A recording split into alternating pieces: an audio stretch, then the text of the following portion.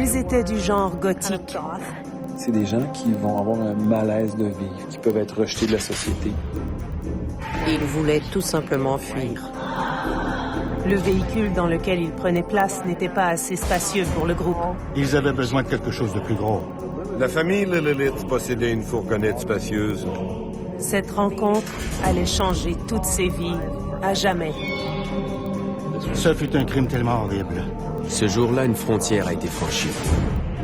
Le monde est parfois mené par des forces démoniaques.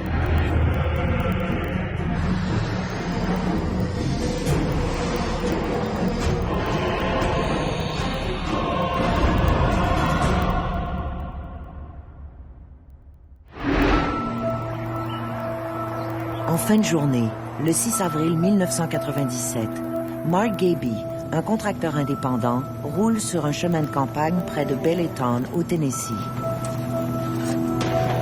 Subitement, il entend la détonation d'un coup de fusil. Puis quelques secondes plus tard, le silence est rompu par de nouveaux coups de feu. Cette fois-ci, il est certain d'avoir entendu le bruit de 2 armes distinctes. Dans les minutes qui suivent, un résident de Halloween Lane appelle au bureau du shérif de Greene County pour loger une plainte de bruit abusif. Comme il patrouille dans les environs, le sergent Frank Waddell se rend sur les lieux. Il inspecte le périmètre, mais ne remarque rien qui sorte de l'ordinaire. Toutefois, lorsqu'il remonte à bord de sa voiture patrouille, ses phares illuminent de vagues silhouettes dans le fossé. Et il est sidéré par la scène monstrueuse qui s'offre à son regard. Une famille de 4 personnes, les 2 parents et 2 jeunes enfants, baignent dans une mare de sang. Après sa découverte, l'officier a réclamé une ambulance et a décrit la scène de meurtre. Alors j'ai compris que j'allais devoir me rendre sur place.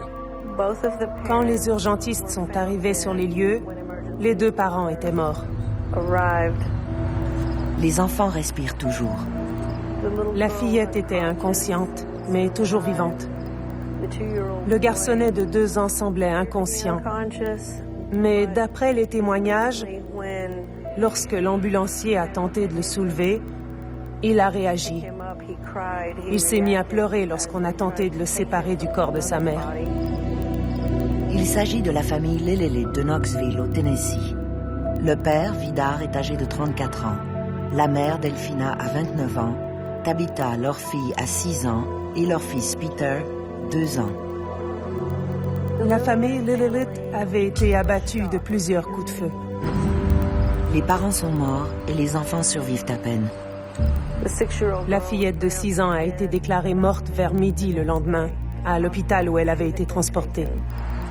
Le petit Peter survivra aux blessures subies au torse et à l'œil. Il restera aveugle d'un œil et infirme. Au bout d'un moment, il a pu quitter l'hôpital et il a été recueilli par son oncle et sa tante qui l'ont finalement adopté. Ce que Mark Gaby avait d'abord pris pour un simple jeu d'enfant s'avérera en réalité un acte cruel et meurtrier. Un groupe de 6 jeunes âgés de 14 à 20 ans sont les auteurs de ces meurtres abominables. Il y avait 6 suspects dans cette cause, tous originaires de l'Est du Kentucky. À l'époque, le plus vieux avait 20 ans et le plus jeune 14 ans. Sur l'autoroute 81, ils s'étaient arrêtés dans une aire de repos dans un but très précis. Fuir à tout jamais leur vie misérable au sein du bled minable dont ils sont issus, Pikeville, Kentucky. Pikeville est le siège de Pike County et avec sa population de 6 905 habitants, elle est la 4e ville en importance du Kentucky. Reconnue pour son festival annuel Hillbillies Days, une célébration culturelle typiquement appalachienne qui met l'accent sur le stéréotype du pecno local, le hillbilly. Pikeville et son festival annuel n'arriveront pas à séduire et retenir plus longtemps ce groupe de 6 déserteurs dont le leader est Natasha Cornett, 18 ans. En ce qui a trait à Natasha Cornett, je crois que son histoire en était une de désespoir. Natasha Cornett voit le jour dans un milieu rural défavorisé du Kentucky. Natasha est née le 26 janvier 1979 à l'hôpital près d'ici. Elle avait vécu une enfance assez difficile. Bébé, Natasha a une anomalie cardiaque congénitale pour laquelle elle subira une intervention chirurgicale dès l'âge de 16 mois. Son père était Roger Burgess. Moi, j'étais mariée à Edward Wallen à l'époque. L'union est vouée à l'échec dès le départ. Et Madonna se console dans les bras réconfortants d'un autre homme, Roger Burgess, un policier local, le père biologique de Natasha. Lorsque j'ai découvert que j'étais enceinte, Roger l'a renié. Rapidement, le mariage des Wallen se fissure. Madonna devient mère monoparentale et habite une maison mobile en périphérie de Pikeville, sur Pike Floyd Hollow. Natasha ne se sent pas aimée. Elle croyait que Ed était son père. Puis, lorsqu'elle a commencé l'école, je lui ai tout dit. Parce que je savais que tout le monde connaissait la vérité et que j'avais peur que les autres enfants ne lui parlent de ça. Alors, je l'ai fait asseoir et je lui ai dit du mieux que je pouvais. C'est pas comme si c'est quelqu'un qui était pas dans l'environnement, c'est quelqu'un qu'elle connaissait, qui habitait dans la même ville et qui a simplement refusé de la reconnaître. Donc ça ne peut qu'avoir ajouté à son sentiment d'abandon et de rejet. C'est comme si, c'est ce que je crois, ça avait brisé quelque chose. Natasha est une fillette abusée physiquement. Elle vivait une relation de nature difficile avec sa mère. Beaucoup d'abus de nature verbale ou émotive, comme elle l'a décrit. Même des altercations physiques à certains moments. C'est clair que l'abus physique et incestueux va entraîner chez les personnes qui le vivent, qui le subissent, beaucoup de colère, de déception. Surtout si c'est des personnes proches qui font subir ces mauvais traitements-là. On perd confiance en l'autorité, on perd confiance dans la société. Et le désir de se venger, même s'il n'est pas conscient, reste présent. Dans le contexte de ce mauvais drame familial, pas étonnant que Natasha soit devenue une adolescente marginale.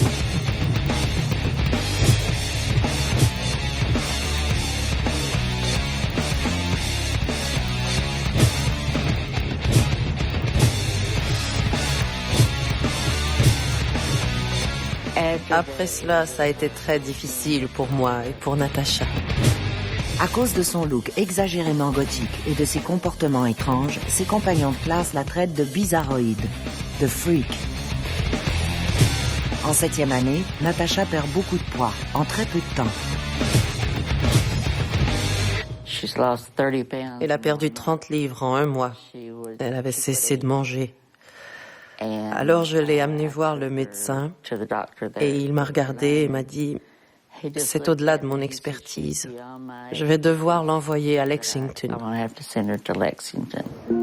Là-bas, Natasha est vue par une spécialiste en anorexie qui suspecte chez sa patiente un trouble bipolaire. Elle suggère un séjour à l'hôpital psychiatrique, mais Natasha est réticente à cette idée. Nous nous sommes rendus là-bas sous prétexte d'aller simplement explorer.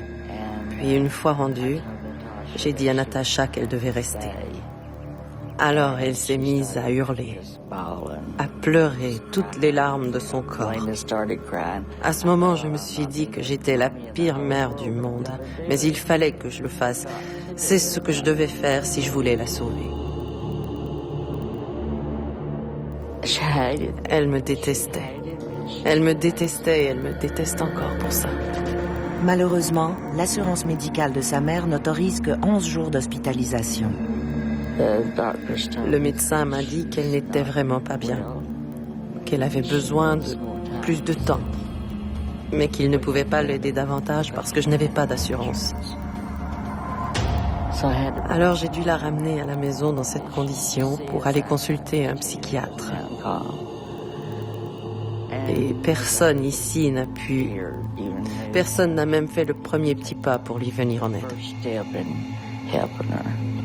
Comme le traitement de sa condition est très onéreux, Natacha ne prend pas ses médicaments avec la régularité nécessaire et sa condition de bipolarité empire. Elle m'a dit qu'elle ne pouvait pas les prendre, qu'elle ne pouvait pas supporter ça. On lui avait prescrit 2 médicaments différents et elle disait que ça la rendait plus mal encore que son état normal.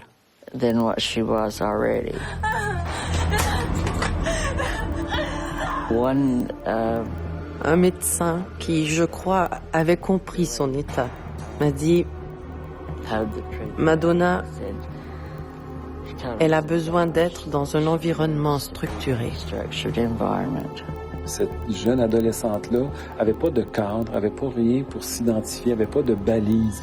C'est dans ce temps-là que ça devient dangereux. Lorsque ses résultats scolaires chutent drastiquement, Natacha se décourage et décroche. Elle s'intéresse de plus en plus à la sous-culture gothique et se met à fréquenter des jeunes qui partagent le même intérêt. En avril 1997, une famille de 4 personnes est retrouvée assassinée en bordure d'une route isolée. On croit que le meurtre a été commis par un groupe de 6 jeunes adolescents marginaux en cavale, menés par une certaine Natasha Cornett. C'est quelqu'un qui semble être extrêmement déçu de la réalité, déçu de la société, déçu de son entourage. Et c'est souvent des gens qui vont prendre des voies parallèles. C'est des gens qui peuvent choquer, qui peuvent provoquer. Donc on n'est pas surpris que ces personnes-là puissent devenir plutôt marginales et avoir l'impression qu'ils ont quelque chose de mal en dedans d'eux. Malgré son désordre alimentaire et son trouble bipolaire, Natacha abuse de l'alcool et des drogues. Marijuana, LSD, PCP, ecstasy. Elle n'en devient que plus rebelle. Et comme si cela n'était pas suffisant, elle-même et sa bande d'insoumis pataugent dans l'occultisme. Elle adorait les cartes du tarot. Elle prédisait l'avenir de tout le monde, même le sien. Et elle adorait aussi la planche de Ouija.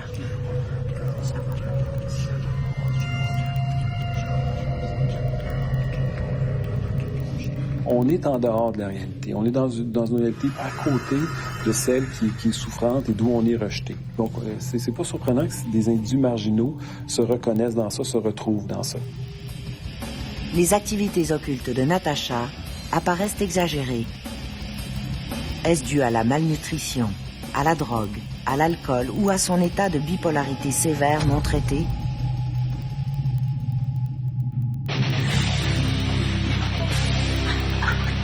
À l'âge de 17 ans, Natacha décide de prendre un nouveau départ. Elle épouse son ami de longue date, Stephen Cornett. Le mariage était, je crois, d'un type qu'on appelle gothique. Le mariage a été vraiment très court. Malheureusement, le mariage ne durera que 6 mois. Stephen l'a quitté. Il a fait le tour de la maison pour ramasser ses vêtements, puis il l'a laissée là. Elle ne l'a jamais revue.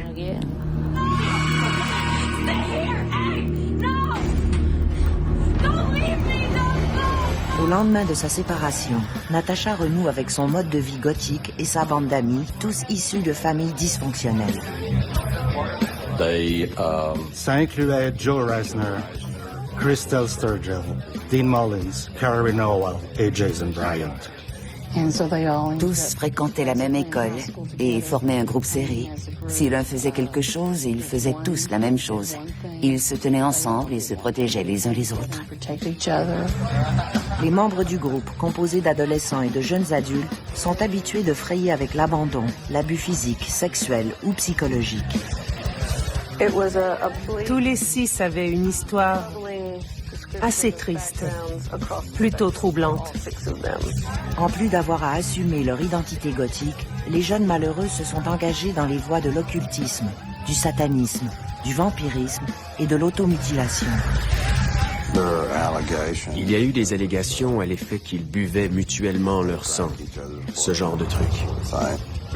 Il s'agissait d'automutilation. Ils s'affligeaient des coupures et buvaient le sang des uns et des autres. D'après Natasha, tout ça était fait dans le but de donner davantage de pouvoir aux démons, de manière à ce qu'elle puisse utiliser ce pouvoir pour poser différentes actions. Je crois sans l'ombre d'un doute qu'aucun d'eux ne peut prétendre ne jamais avoir été impliqué dans un rite satanique. Natasha est convaincue qu'elle est la fille du diable. Éplé à l'envers, Natasha fait A Satan. A-H-S-A-T-A-N. Et Natasha avait adopté ça comme une sorte d'étendard de sa personnalité. Éplé à l'envers, mon nom est A Satan. Et elle écrivait ça fréquemment à divers endroits. Il y a un endroit que j'ai appelé le tunnel, où nous avons trouvé divers symboles sataniques, incluant une inscription qui disait « L'enfer est pour les enfants » et qui était signée « À Satan, Natasha ». Le fait que son nom à l'envers signifie Satan, pour elle, ça a un sens bien précis. La colère qu'elle a en dedans, elle l'attribue à Satan. Puisque vivre à Pikeville leur apparaît comme un véritable enfer, les jeunes décident de s'offrir une nouvelle vie en quittant leur trou perdu. Destination, la Nouvelle-Orléans. Elle avait cette attraction pour la Nouvelle-Orléans qui relevait, je crois, du comportement des gens, de leur manière de s'habiller. C'était ça. Elle aimait ça. C'est le 6 avril 1997 qu'ils mettent vraiment leur plan en action. Avant de quitter le Kentucky, Karen, avec les $500 qu'elle a volés à son père, commence par offrir une tournée générale au McDo local. La bande est également équipée de 2 pistolets. Le premier a été volé au père de Karen par Jason Bryant, qui l'a subtilisé dans son armoire d'armes à feu. Le second provient d'un copain de Mullins. Et pourquoi des armes à feu? Parce que les jeunes estiment que la petite Chevrolet Citation, volée à la mère de Joe Reisner, est trop étroite pour les mener tous les 6 jusqu'en Louisiane. Natasha et tous les autres étaient dans une petite Chevrolet Citation qui appartenait à la mère de Joe Reisner. Le véhicule où ils se trouvaient n'était pas assez spacieux pour accommoder toute la bande. Ils étaient assez au maximum. Même s'ils n'avaient été que 4 dans la voiture, ils auraient été assez. Imaginez pour se rendre à la Nouvelle-Orléans. Ils avaient besoin de quelque chose de plus gros. Leur plan consiste à s'emparer d'un véhicule plus spacieux en menaçant le propriétaire avec leurs pistolets. Les 6 ados du Kentucky ont emprunté l'autoroute 81. Et ils se sont dirigés vers Knoxville, qui était le lieu de résidence de la famille Lilith. Ils se sont arrêtés à une halte routière de l'autoroute 81, un peu à l'est de Greenville. Et la chance leur sourit. Une belle fourgonnette spacieuse y est stationnée. Le plan du vol de voiture est donc mis en œuvre. Joe Reisner et Natasha sont tombés d'accord sur le fait qu'il fallait s'emparer de la fourgonnette. Ils ont improvisé un plan pour voler le véhicule. La jeune famille, à qui appartient la fourgonnette, sort alors des toilettes. Vidar et Delphina Lilith, accompagnés de leurs 2 jeunes enfants, sont en route vers Knoxville, au Tennessee. La famille Lilith était formée de 2 jeunes parents, fin de la vingtaine, début trentaine, et de 2 enfants, un garçon de 2 ans et une fillette de 6 ans, qui retournaient chez eux dans une banlieue de Knoxville. Ils rentraient d'une convention de témoins de Jéhovah. Et ils ont choisi de s'arrêter à la même halte routière que les 6 jeunes du Kentucky. La petite famille s'était arrêtée pour casser la croûte et se délier les jambes avant d'attaquer le dernier tronçon de route vers la maison. La mère était à la toilette avec sa fillette. Natasha et Karine s'intéressaient à elle parce qu'elle était vraiment mignonne. Les autres jeunes étaient habillés en noir, ou d'une manière associée au gothique. Et la famille Lilith les a approchés pour leur parler de religion. C'étaient des témoins de Jéhovah, et leur religion les invite à témoigner de leur foi et à répandre la parole de Dieu. Ils les ont approchés, et Natasha et Joe ont fait mine d'être intéressés. Tout en faisant mine d'être réellement intéressé par les propos de Vidar, Joe a les yeux braqués sur la fourgonnette spacieuse de la petite famille. Le 9 avril 1997, avec un peu d'argent volé et armé de 2 pistolets, un groupe de 6 jeunes férus de culture gothique décide de quitter leur bled natal et de fuir vers la Nouvelle-Orléans. En route, ils décident de pirater un véhicule plus spacieux et dans une halte routière, ils rencontrent la famille Lillelith qui a le malheur de posséder la fourgonnette idéale. Ils ne voulaient pas s'emparer de la fourgonnette là, à la halte routière, où il y a un va-et-vient constant d'automobilistes. Joe Reisner a sorti son arme, un 9 mm, et l'a braqué sur Bedar Lillelith, en lui disant « Nous ne voulons que votre fourgonnette. » Nous allons prendre votre véhicule et vous déposer un peu plus loin. Personne ne sera blessé si vous coopérez, on ne veut que votre fourgonnette. La famille a été forcée de monter à bord du véhicule avec 4 jeunes, tandis que les 2 autres allaient suivre dans la voiture avec laquelle ils étaient venus. Christelle et Dean étaient à bord de la voiture de Joe. Karine et Joe, Natasha et Jason étaient dans le véhicule des Lillelith. Le pistolet de Joe Reisner braqué sur lui, Vidar prend le volant. Jason Bryant, armé de son pistolet de calibre 25, s'installe au centre du siège arrière avec Karen Howell, Natasha Cornett et le petit Peter Lillelith calé dans son siège d'enfant. Delphina et sa fillette sont coincées à l'arrière du véhicule et Tabitha se met à pleurer. Tout le monde était apeuré, le bébé s'est mis à pleurer. Natasha m'a dit que la mère avait commencé à chanter une berceuse, ce qui avait vraiment énervé Jason, qui lui avait ordonné de se taire. Les Lillelith supplient les jeunes de les libérer et leur promettent de ne jamais révéler leur identité. Malheureusement, leurs prières seront vaines. Ils ont amené la famille Lillelith dans un endroit discret sur un petit bout de route déserte. Tout le monde descend du véhicule et on ordonne à la petite famille de s'aligner près du fossé. D'après Natasha et les 4 autres membres du groupe, c'est Jason qui aurait pointé son arme vers les Lillelith dans l'intention évidente de les tuer. Ils avaient dit à plusieurs de leurs amis qu'ils allaient partir et qu'on pourrait les suivre par les bulletins d'information télévisés. Ils auraient même affirmé qu'ils allaient tuer quelqu'un. Natasha m'a dit « Maman, j'ai fait tout ce que je pouvais. » Natasha s'interpose alors entre Jason et les Lillelith et prévient qu'elle ne bougera que s'il promet d'épargner les enfants. Jason finit par acquiescer. Natasha le croit sur parole et fait 2 pas de côté. Jason a dit qu'il ne toucherait pas aux enfants. Et c'est sur eux qu'il a tiré. Les balles ont traversé les enfants avant de toucher les parents.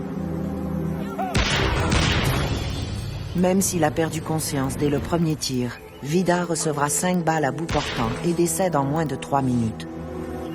Quant à Delphina, même si elle a reçu 8 projectiles, elle mettra près de 20 minutes à mourir. D'ailleurs, elle est toujours consciente au moment où ses enfants sont traînés sur le sol et posés sur elle et Vidar de manière à former une croix. Le corps de la fillette reposait sur le corps de son père et formait une croix. Le corps de Peter, toujours vivant, reposait sur le corps de sa mère et formait une croix. Au moment de quitter les lieux, le conducteur de la fourgonnette roulera sur les jambes de Vidar et de Delphina, qui, elle, est toujours consciente. Malgré leurs graves blessures, les enfants vivent toujours. Tabitha décède le lendemain au centre médical de l'Université du Tennessee à Knoxville. Peter, quant à lui, arrivera à s'en tirer. Peter Lillelith, le jeune fils, a survécu à la tuerie. Touché à la tête, il avait perdu un œil et subi des dommages au cerveau qui ont entraîné des problèmes de motricité. Mais il a survécu et a été élevé par des gens de la famille. Et nous vous demandons maintenant de prier pour mon neveu Peter, qui représente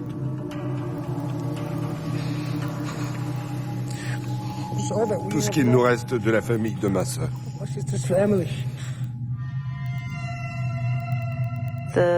La famille Lillelith a été tuée pour leur auto.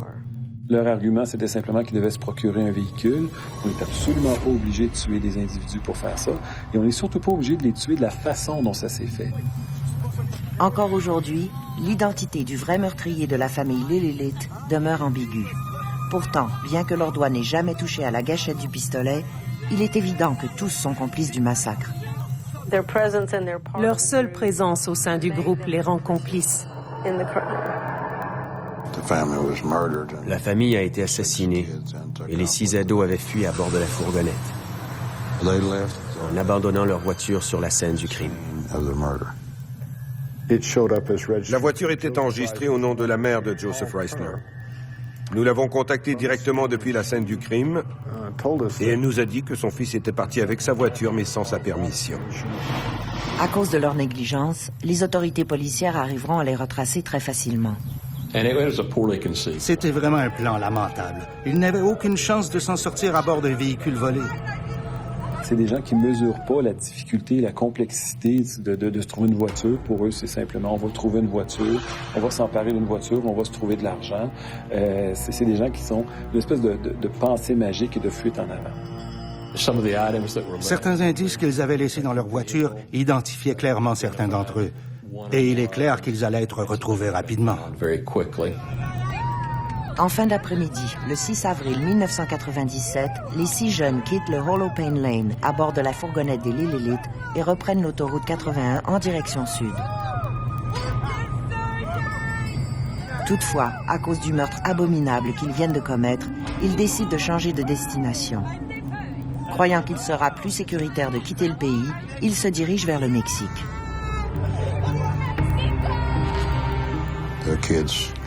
Les jeunes sont restés dans la fourgonnette et se sont dirigés vers le Mexique. Mais ils n'ont pas réussi à obtenir de visa d'entrée, ce qui est obligatoire là-bas si vous entrez en voiture. Alors ils ont été arrêtés par les autorités mexicaines et forcés de quitter le pays. Peu de temps après ce massacre, le sergent Frank Waddell du bureau du shérif de Greene County répond à un appel de son répartiteur qui lui demande de vérifier une plainte routinière de bruit aux environs de Hollow-Pane Lane. La bande croyait que la petite route sur laquelle ils se trouvaient était isolée. Mais de fait, ils étaient à moins d'une centaine de pieds d'une maison construite au sommet d'une colline. Les habitants de la maison avaient entendu les coups de feu. Une succession de tirs, un délai, puis d'autres coups de feu. Alors ils ont appelé le bureau du shérif pour rapporter ce qu'ils avaient entendu et nous dire qu'un véhicule était resté sur les lieux avec ses phares allumés. C'est comme ça qu'un de nos agents s'est rendu sur place. Rien ne pouvait préparer l'agent Waddell à affronter la scène qu'il découvre. Quand ses phares ont éclairé la scène du crime, il a aperçu les corps des victimes adultes et ceux des enfants couchés sur leur poitrine. Vidar et Delphina, touchés de plusieurs projectiles, sont morts. Nous avons remarqué les traces de pneus sur les jambes des victimes adultes, dans la région située entre les genoux et les hanches. Miraculeusement, les enfants sont toujours en vie et le sergent Waddell réclame immédiatement une ambulance pour que les enfants soient transportés d'urgence vers l'hôpital. Les 6 suspects ont été arrêtés à la frontière américano-mexicaine, au poste de Douglas, en Arizona. Un avis de recherche avait été émis pour signaler le vol de la fourgonnette de la famille Lillilith. En voulant vérifier l'exactitude de la plaque d'immatriculation de la fourgonnette des Lillilith conduite par les jeunes, le douanier s'est rendu compte que le véhicule avait été impliqué dans un meurtre. C'est alors qu'on les a arrêtés et conduits en détention. Alors j'ai quitté le Kentucky. Dès le lendemain matin, j'étais à bord d'un avion en direction de l'Arizona. Les suspects seront incarcérés à la prison de Cochise County à Wilcox, en Arizona. Après avoir assassiné une famille de témoins de Jéhovah, un groupe de jeunes délinquants prend la fuite vers le Mexique. S'étant fait refuser l'entrée à la frontière mexicaine, les fuyards seront interceptés à un poste de la douane américaine. Finalement, tous les 6 ont été extradés. Les services du Marshal les ont renvoyés par avion jusqu'à Knoxville. Et nous avons envoyé des voitures pour transporter individuellement chacun des suspects jusqu'à Greenville. Et c'est là qu'ils ont été jugés. Dans un petit village comme Greenville, on est très très religieux. Et lorsque ces jeunes sont arrivés à Greenville, Greenville était prête à les recevoir. C'était un crime tellement odieux que la réaction du public a été démesurée. Les gens se sont mis à crier et à huer les suspects en les traitant de tueurs d'enfants. Je crois qu'on les prenait pour la réincarnation du diable. Je parle de la population générale. Les gens étaient tellement furieux de ce qu'ils avaient fait. Je savais que ça allait être une grosse affaire. Mais avant le procès, l'enquête. 5 membres du groupe accusent Jason Bryant d'avoir appuyé sur la gâchette. Mais ce dernier accuse plutôt Reisner et Mullins d'avoir commis ce meurtre atroce. Joseph Reisner a admis avoir fait passer la fourgonnette sur les corps. Ça, il l'a admis. Et il n'y a aucune raison de croire que ce n'est pas lui qui a tiré. Joe n'avait jamais eu de dossier criminel. Il avait la réputation d'être un bon gars. Je serais très surpris si Dean Mullins avait appuyé sur la gâchette pour tirer qui que ce soit. À 14 ans et relevant d'une cour juvénile, Bryant est le bouc émissaire idéal. À titre d'accusé juvénile, il n'était pas sujet à la peine de mort ou à une sentence aussi sévère. Même si l'identité du véritable auteur des meurtres demeure ambiguë, les 6 accusés sont considérés comme responsables à parts égales. Dans l'État du Tennessee, si vous participez à un crime, et le vol de la fourgonnette était un crime, et que quelqu'un est tué en perpétrant ce crime, alors vous êtes aussi coupable que celui qui a commis le meurtre. Ils ont même conservé des souvenirs de l'événement. On a cru qu'ils les avaient conservés en souvenir de leur meurtre. Soit en souvenir, soit pour être utilisés plus tard lors de rituels, où ils pourraient, en fonction de leurs croyances, s'en servir pour faire croître le pouvoir au sein du groupe, comme le croyait Natasha. Avant leur arrestation en Arizona, les policiers de Pikeville au Kentucky mènent une enquête pour retracer les auteurs du crime. Ils apprennent alors que les 6 suspects ont été impliqués dans un rituel satanique à la veille de leur départ, pour leur expédition mortelle. Les traces du rituel mènent les enquêteurs au motel Cawley. Le motel Cawley était un endroit où les jeunes du coin pouvaient se rendre. On ne posait pas beaucoup de questions, on pouvait payer les chambres au comptant, et on n'était pas surveillé. Le commis ne pouvait pas se douter du type d'activité qui se déroulait dans la chambre.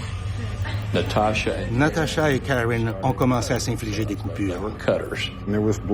Il y avait du sang sur le plancher et des brûlures sur le tapis où ils avaient tenté de graver 666. Elle m'a dit qu'il ne s'agissait pas d'un rituel satanique ou quoi que ce soit du genre. Mais elle m'a dit qu'il y avait pas mal de sang dans la salle de bain, je crois. Les filles en sont venues à couper les garçons, qui se prêtaient au jeu et saignaient abondamment, à l'exception de Jason Bryant.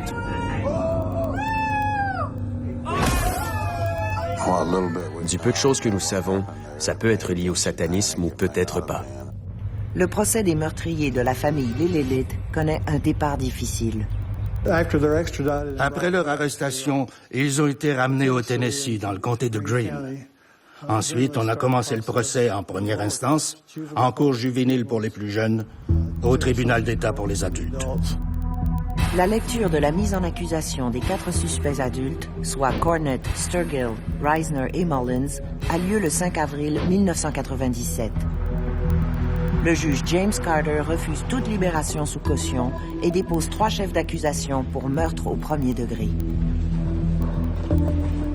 Désigné par la Cour pour défendre Natasha Cornett, l'avocat Eric Kahn accepte le mandat, mais on comprend bientôt qu'il le fait pour des motifs personnels. Dès le départ, Natasha était foutue. En rendant public tous ces documents qu'ils avaient avant même le début du procès, c'était dramatique, épouvantable. Elle croit qu'en l'an 2000, comme elle l'a enregistré sur sa vidéo, elle croit qu'en 2000, tout le monde sur Terre sera mort puisque l'Armageddon est déjà en marche depuis quelques mois. Il a joué la carte du sensationnalisme. Il a évoqué les rites sataniques, l'occultisme. Tout tournait autour du fait qu'elle se croyait la fille du diable et que Satan était pour la sortir de prison. Mais ça, c'était les trucs qu'il lui avait dit de dire afin que lui puisse plaider l'aliénation mentale. Je crois qu'il a nui au dossier de Natasha. C'est ce que je dirais. La quête égoïste de popularité que mène Eric Kahn entraîne sa révocation et retarde l'audience préliminaire, laquelle est reportée au 21 mai, laissant ainsi le temps à Natasha de se trouver un nouvel avocat pour la défendre. Monsieur Kopp et Monsieur Street ont pris en charge le dossier et ils ont repris les procédures. Entre-temps, Jason Bryant et Karen Howell sont enfin extradés au Tennessee, où leur audience est prévue pour le mois de juillet. Audience qui vise à déterminer s'ils seront jugés en tant qu'adultes ou devant une cour juvénile. Ils ont commencé en cour juvénile et celle-ci a jugé qu'ils devaient être jugés en tant qu'adultes.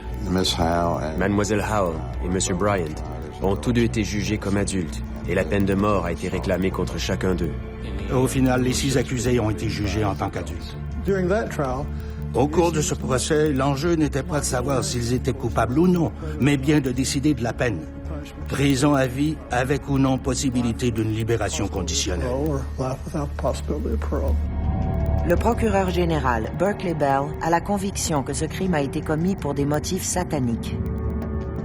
J'ai souvenir du procureur général Berkeley Bell évoquant le fait que parfois le monde est mené par des forces démoniaques. Ce qui m'intrigue, c'est qu'on puisse être effrayé par Natasha et soutenir qu'elle soit démoniaque. Ce procureur a déclaré qu'elle était la personne la plus démoniaque qu'il ait jamais rencontrée. Et je me suis dit, il n'a pas dû rencontrer grand monde dans sa vie. Ce dont on accusait les 6 suspects, ce dont était convaincu le procureur et ce pourquoi ils seront condamnés, c'est qu'il ne pouvait s'agir que d'un geste d'origine diabolique. Il croit réellement que les membres de la famille Lillelith ont été sacrifiés par 6 disciples de Satan. Certains éléments de cette cause portent une symbolique satanique. Mais je ne crois pas qu'il s'agisse d'un meurtre satanique ou quoi que ce soit du genre. C'est donc sur cette note que commence le procès. En espérant échapper à la vie pitoyable qu'ils mènent à Pikeville, au Kentucky, 6 jeunes fugueurs sont arrêtés et accusés du meurtre sordide de la famille Lillelith. Ils n'ont pas eu droit à un procès. Je crois que ça a été une mascarade du début à la fin. Ce fut un procès collectif. Il n'y a pas eu de poursuite individuelle contre aucun des suspects. Le 9 septembre 1997, les 6 suspects plaident non coupables aux accusations de meurtre. Toutefois, le 20 février 1998, ils font volte-face et décident de plaider coupables afin d'éviter la peine de mort. Ils faisaient face à la peine de mort. Et ils ont conclu un échange de plaidoyer. Soit chacun d'eux choisissait d'échapper à la peine de mort en acceptant de plaider coupable, soit il y avait un procès. Je suis convaincu que si nous avions été en procès, les 4 adultes auraient été condamnés à mort. Ils les ont fait mentir. Vous n'êtes pas censé mentir si vous êtes en cour. Alors pourquoi les ont-ils fait mentir? Si j'avais le sentiment de ne pas être coupable, je ne plaiderais pas coupable. Chacun des 5 accusés accusera Jason Bryant d'être l'unique auteur de la fusillade. Je crois que plusieurs des jeunes ont fait porter le blâme des meurtres sur Jason Bryant. Il y avait des nuances dans la culpabilité, mais Jason était l'assassin. Il a nié. Il a dit qu'il n'avait tiré sur personne. On n'a jamais réussi à savoir avec certitude qui avait appuyé sur la gâchette. D'après les indices, c'était plus qu'une seule personne. Personne n'a jamais admis être le deuxième tireur. Alors c'est à chacun de juger qui a pu le faire. Plusieurs experts témoigneront durant le procès, dont le docteur Paul Garinger, un psychologue chargé d'évaluer Jason Bryant. Il y a un psychologue qui l'avait décrit comme quelqu'un qui était plutôt dépendant, qui prend pas beaucoup d'initiatives. Il est assez évident que Natasha Cornett était la meneuse du groupe.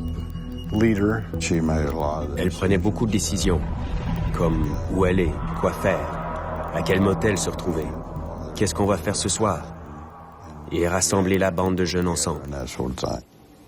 Elle était le Charles Manson de ce groupe. Elle contrôlait les gens au point où ils étaient prêts à tuer pour elle. Un autre expert, le docteur Cleland Blake, pathologiste médico-légal, estimera que les tirs, disposés en triangles équilatéraux parfaits sur les corps, confirment le caractère satanique des meurtres. Le médecin légiste a analysé les impacts de balles et il formait un triangle équilatéral parfait. Je veux dire, c'était presque trop parfait. Je ne pourrais pas expliquer comment on peut tirer sur deux corps différents et obtenir deux motifs aussi parfaits. Si vous assemblez ces motifs sur un ordinateur, ça forme un pentagramme.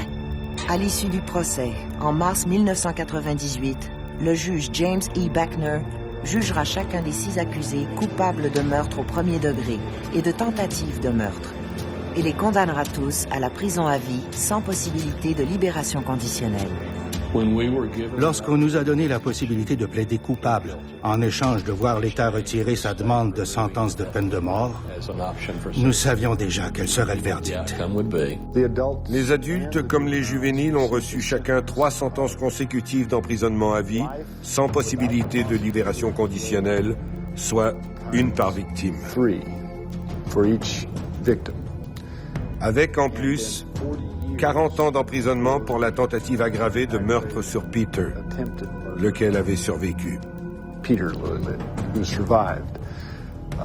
En somme, ils ont tous reçu une sentence égale et ils seront tous en prison pour le reste de leur vie. De plus, pour chaque chef d'accusation, ils recevront des peines supplémentaires de 25 ans pour enlèvement à main armée, de 12 ans pour enlèvement et de 4 ans pour vol. Le juge a spécifié que ces sentences devaient être purgées consécutivement, de sorte que, cumulativement, le terme d'emprisonnement dépasse l'espérance de vie de tout être humain. Ils vont donc passer le reste de leur vie en prison. J'ai déjà dit, en comparant le cas avec une adoption, chacun d'eux a adopté le crime et lui a donné son nom. Et je crois que c'est le cas.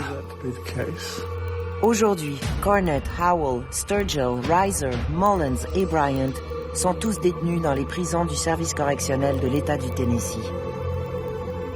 Vous savez, fuir, ce n'est pas vraiment partir.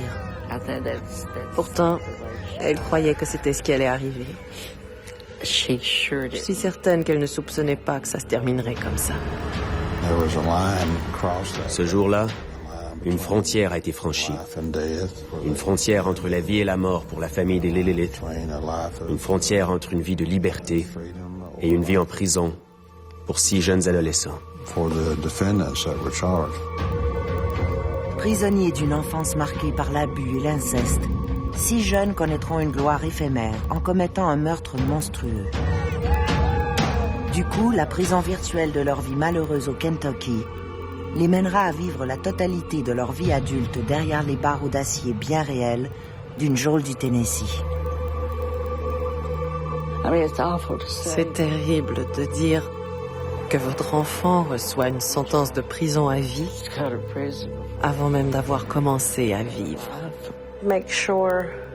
Assurez-vous de traiter vos enfants de manière à ce qu'ils acquièrent du jugement et un sens des valeurs dans la vie. Je crois qu'ils étaient tous en transe, sous l'influence de Satan, et qu'ils ne savaient plus distinguer le bien du mal. Je demeure convaincu que c'était la seule sentence à appliquer pour le crime qu'ils ont commis. C'était probablement la meilleure sentence. Je sais que plusieurs ne seront pas d'accord, mais la peine de mort aurait été trop douce pour eux.